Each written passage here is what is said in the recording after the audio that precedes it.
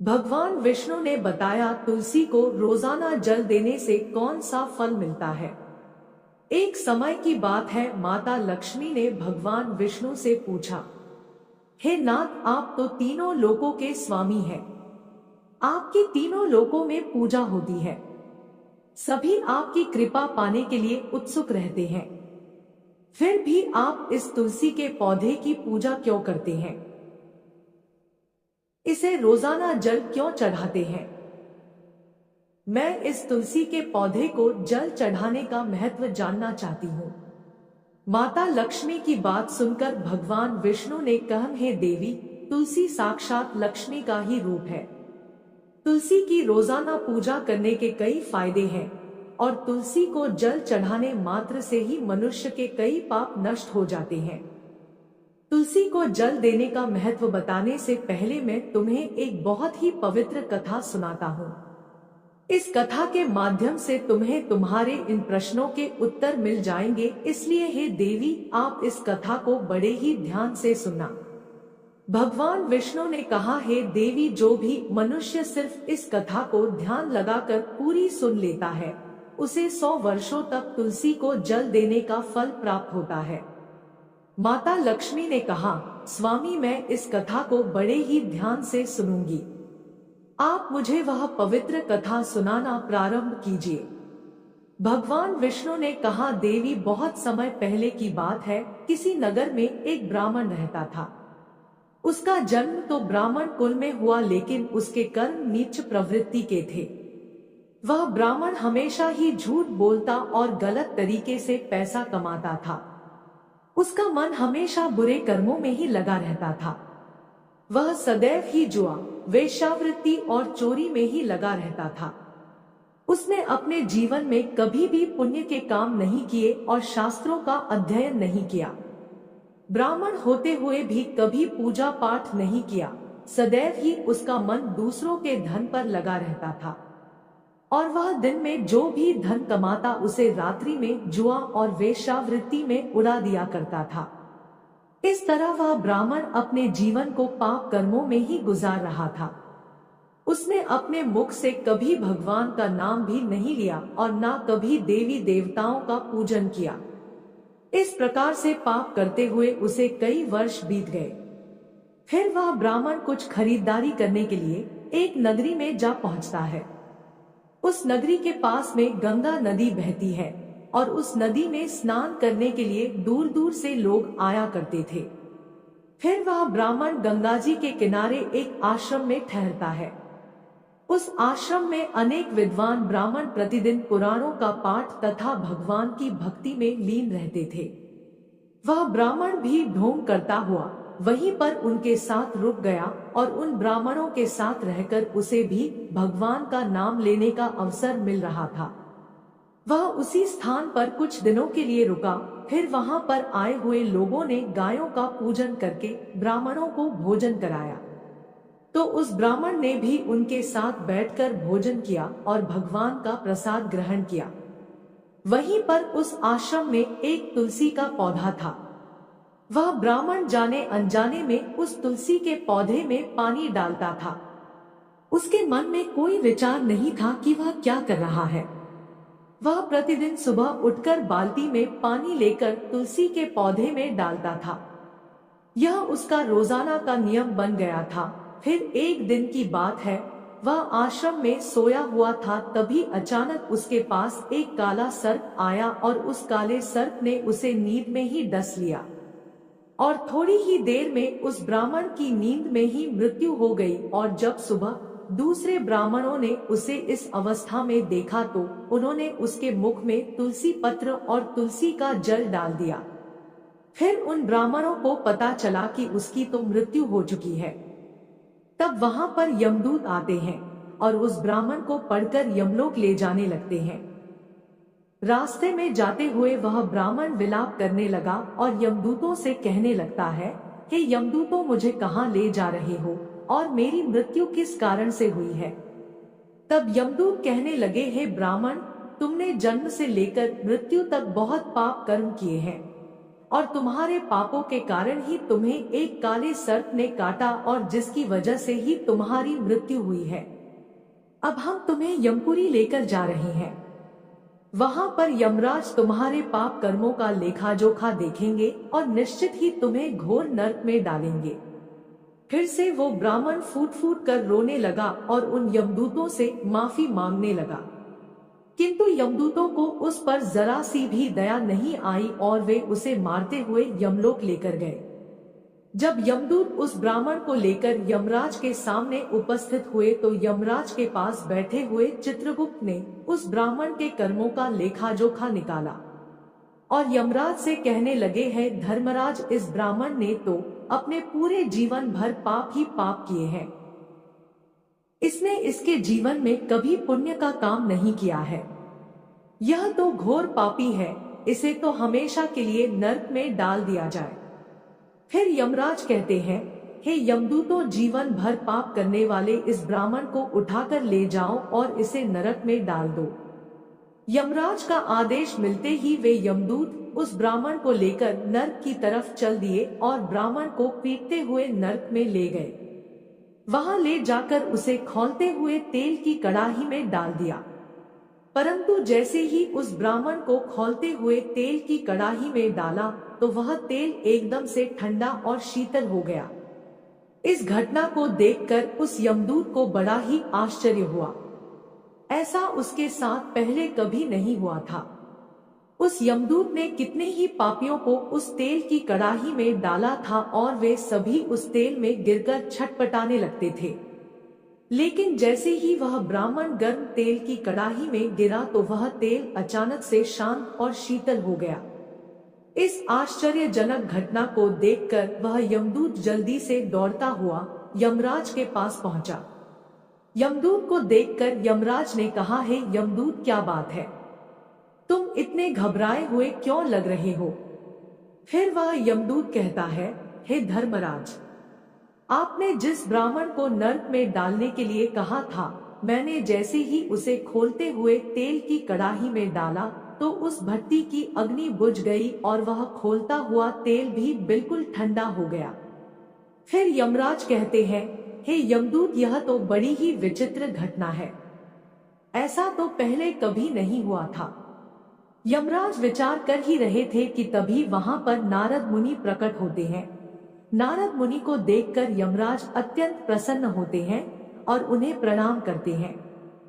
यमराज नारद मुनि का स्वागत करते हैं। फिर यमराज नारद मुनि से कहते हैं, मुनिवर, आप उचित समय पर आए हैं। हमने आज और अभी एक अत्यंत पापी ब्राह्मण को नरक में गिराया है, किंतु उसके गिरते ही नरक की अग्नि ठंडी पड़ गई और खोलता हुआ तेल भी शीतल हो गया।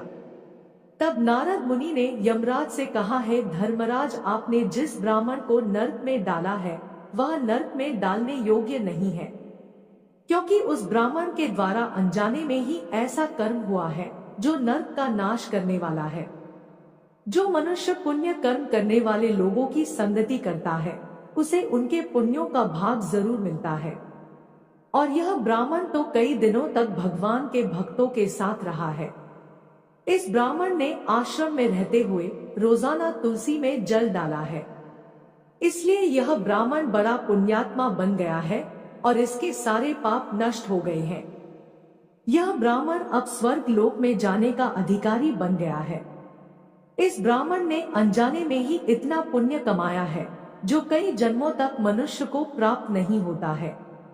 इसलिए है धर्मराज, आप इस ब्राह्मण को नरक में ना डालो और इसके पापों के लिए इसे केवल इतना दंड दो कि इसे सभी नरकों का दर्शन कराओ।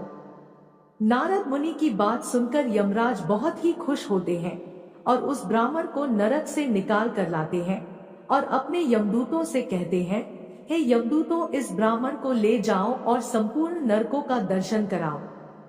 फिर यमदूत उस ब्राह्मण को ले जाते हैं और संपूर्ण नरकों का दर्शन कराते हैं। भगवान विष्णु ने कहा, देवी, इस प्रकार से यमदूत उस ब्राह्मण को संपूर्ण नरकों का दर्शन कराते हैं और उसे यक्ष लोक में ले जाते हैं और फिर वह ब्राह्मण एक यक्ष बन जाता है। भगवान विष्णु कहते हैं, हे देवी। वनस्पति नाम तुलसी, मास नाम कार्तिक, तिथि नाम एकादशी। भगवान कहते हैं, हे देवी, वनस्पतियों में मुझे तुलसी प्रिय है, मास में कार्तिक मास और तिथि में एकादशी प्रिय है। इसलिए जो मनुष्य रोजाना तुलसी की पूजा पाठ करता है और तुलसी को जल देता है, वो मनुष्य मुझे सबसे अधिक प्रिय है। उस मनुष्य की कभी भी दुर्गति नहीं होती है और वह मनुष्य कभी नरक में नहीं गिरता है। जिन घरों में तुलसी का पौधा सदैव ही हरा भरा रहता है, उस घर में सुख शांति और समृद्धि बनी रहती है। भगवान विष्णु कहते हैं, देवी, मेरी पूजा में और मुझे चढ़ाए जाने वाले भोग में तुलसी के पत्र अवश्य होने चाहिए, क्योंकि तुलसी पत्र के बिना मैं किसी भी प्रकार का भोग स्वीकार नहीं करता हूँ। इसलिए प्रत्येक घर में तुलसी का पौधा अवश्य होना चाहिए। अगर आपके घर में तुलसी का पौधा है तो सुख शांति और समृद्धि के लिए तुलसी को चुनरी अवश्य चढ़ानी चाहिए। और हमेशा ध्यान रखें कि तुलसी का पौधा चुनरी के बिना अधूरा होता है। तुलसी केवल एक पौधा ही नहीं है, बल्कि वह एक देवी है, मेरी अर्थात विष्णु की पत्नी है। इसलिए तुलसी को चुनरी अवश्य ही चढ़ानी चाहिए, क्योंकि इससे पति पत्नी में प्रेम और विश्वास बढ़ता है। पति पत्नी का दाम्पत्य जीवन खुशहाल बना रहता है। घर में रहने वाली महिलाएं सदा सुहागिन और सौभाग्यशाली रहती है। तुलसी का विवाह भी अवश्य कराना चाहिए। इससे मनुष्य के सभी दुखों का अंत होता है और सांसारिक जीवन सुखमय बीतता है। भगवान विष्णु कहते हैं, देवी, तुलसी के पौधे के पास अपने मुख से अपशब्द नहीं बोलने चाहिए। तुलसी के नजदीक भूल से भी जूते, चप्पल अथवा झाड़ू पोछा नहीं रखना चाहिए, इसे पाप माना गया है। तुलसी के पौधे के पास जल से भरा हुआ बर्तन भी नहीं रखना चाहिए। तुलसी के पौधे के पास दीपक जलाने के बाद दीपक को वहां से हटा देना चाहिए, क्योंकि तुलसी के नीचे बुझा हुआ दीपक रखना अशुभ माना जाता है। जिस स्थान पर भी तुलसी का पौधा होता है, उस स्थान को हमेशा ही साफ स्वच्छ रखना चाहिए। इसलिए नियमित रूप से तुलसी के पौधे के पास साफ सफाई का ध्यान रखना चाहिए। तुलसी के पौधे में शिवलिंग और गणेश जी की प्रतिमा नहीं रखनी चाहिए। साथ ही तुलसी के गमले में अन्य किसी भी प्रकार का पौधा भी लगाना अशुभ होता है। तुलसी के पौधे के पास कपड़े भी नहीं सुखाने चाहिए, अन्यथा कपड़ों का गंदा पानी तुलसी के पौधे पर गिर सकता है। और हमेशा ध्यान रखना चाहिए कि तुलसी के पत्र को नाखून से नहीं तोड़ना चाहिए, इससे तुलसी का अपमान होता है। यदि तुलसी के पत्ते सूखकर गिर जाते हैं तो उन्हें कचरे में नहीं फेंकना चाहिए, क्योंकि वे पत्ते पैरों के नीचे आते हैं, जो अच्छा नहीं होता है। उन पत्तों को आप तुलसी की मिट्टी में ही दबा दे। भगवान विष्णु कहते हैं, हे देवी, रविवार के दिन तुलसी के पत्ते नहीं तोड़ने चाहिए और रविवार को तुलसी को जल भी नहीं चढ़ाना चाहिए। बाकी सभी दिन तुलसी को सुबह स्नान से निवृत्त होकर जल देना चाहिए और शाम के समय एक दीपक जलाना चाहिए। भगवान विष्णु कहते हैं, देवी, अक्सर महिलाएं स्नान के बाद अपने बाल खुले रखकर ही तुलसी को जल देती है, परंतु ऐसा करना गलत होता है। महिलाओं को हमेशा ही अपने बाल बांधकर माथे पर सिंदूर लगाकर ही तुलसी में जल देना चाहिए, इससे तुलसी का आशीर्वाद प्राप्त होता है। घर में तुलसी का पौधा लगाते समय ध्यान रखें कि इसके लिए गंदी मिट्टी का उपयोग नहीं करें, साफ स्वच्छ मिट्टी का ही उपयोग करना चाहिए। इससे तुलसी माँ रूठ जाती है और सूखने लगती है। तुलसी का पौधा कभी भी गंदे स्थान पर नहीं लगाना चाहिए, जैसे नाली अथवा बाथरूम के पास तुलसी के गमले को कभी नहीं रखना चाहिए, अन्यथा गंदा पानी तुलसी के पौधे में गिर सकता है, जो बहुत ही अशुभ माना गया है। घर में तुलसी का पौधा कभी सूखना नहीं चाहिए। शास्त्रों में ऐसी मान्यता है कि तुलसी का पौधा सूखना अकाल मृत्यु की सूचना देता है। घर में तुलसी का पौधा सूख जाए तो घर की सुख समृद्धि खत्म हो जाती है। सूखी हुई तुलसी में मां लक्ष्मी का वास नहीं होता है। भगवान विष्णु कहते हैं, शास्त्रों के अनुसार मासिक धर्म के दौरान महिलाओं को तुलसी के पौधे में पानी नहीं डालना चाहिए और तुलसी को स्पर्श करना भी वर्जित है। तुलसी को बिना स्नान किए जल नहीं देना चाहिए और पैरों में चप्पल आदि पहनकर भी तुलसी को जल नहीं देना चाहिए। तुलसी को जल देते समय ध्यान रखें कि वह जल आपके पैरों पर ना पड़े, इससे तुलसी का अपमान होता है। भगवान विष्णु कहते हैं, नित्य तुलसी के दर्शन से मनुष्य को स्वर्ग की प्राप्ति होती है और तुलसी पत्र के सेवन से उसके सभी पाप नष्ट हो जाते हैं। तुलसी का पौधा हमेशा घर के सामने लगाना चाहिए। इसे पूर्व अथवा उत्तर दिशा में लगाना सबसे अधिक शुभ होता है। तुलसी के पास मरुस्थलीय पौधे रखना बहुत ही अशुभ माना जाता है। ऐसे पौधों से नकारात्मक ऊर्जा निकलती है। शास्त्रों में कहा गया है कि जिन पौधों से हरी भरी कलियों की उत्पत्ति ना हो, उसके स्थान पर कांटे निकलते हो तो ऐसे पौधे को तुलसी के पास कभी भी नहीं रखना चाहिए। शास्त्रों में केले के पौधे का विशेष महत्व बताया गया है। अगर तुलसी के पास केले का पौधा लगा देते हैं तो कई गुना अधिक लाभ प्राप्त होते हैं। भगवान विष्णु कहते हैं, केले के पौधे में देवी स्वयं मेरा वास होता है। इसे तुलसी के पास लगाने से घर में सुख समृद्धि आती है। तुलसी के पौधे में शालिग्राम भी अवश्य रखना चाहिए। तुलसी के गमले में शालिग्राम रखने से तुलसी का और भी अधिक शुभ प्रभाव आपको देखने को मिलेगा। शालिग्राम मेरा ही रूप है। यह काले रंग का पत्थर होता है जिसे विलक्षण और मूल्यवान माना गया है। इसे अगर तुलसी के गमले में रखेंगे तो आपके घर तुलसी का और भी अधिक शुभ प्रभाव आपको देखने को मिलेगा। शालिग्राम मेरा ही निराकार रूप है। यह काले रंग का पत्थर होता है जिसे विलक्षण और मूल्यवान माना गया है। इसे अगर तुलसी के गमले में रखेंगे तो आपके घर से संपूर्ण नकारात्मक ऊर्जा नष्ट हो जाएगी। घर में केवल एक ही शालिग्राम की पूजा करनी चाहिए। भगवान विष्णु कहते हैं, देवी मेरी मूर्ति से कई गुना ज्यादा उत्तम होता है शालिग्राम की पूजा करना। शालिग्राम को चंदन लगाकर उस पर एक तुलसी पत्र रखना चाहिए। प्रतिदिन शालिग्राम को पंचामृत से स्नान कराना चाहिए। ऐसा करने से मनुष्य के सभी जन्मों के पाप नष्ट होते हैं। शालिग्राम सकारात्मक और सात्विकता का प्रतीक होता है। इस प्रकार भगवान विष्णु ने माता लक्ष्मी को तुलसी के पौधे को जल देने का महत्व बताया और घर में तुलसी का पौधा लगाने के सभी नियम बताए। जय श्री कृष्ण।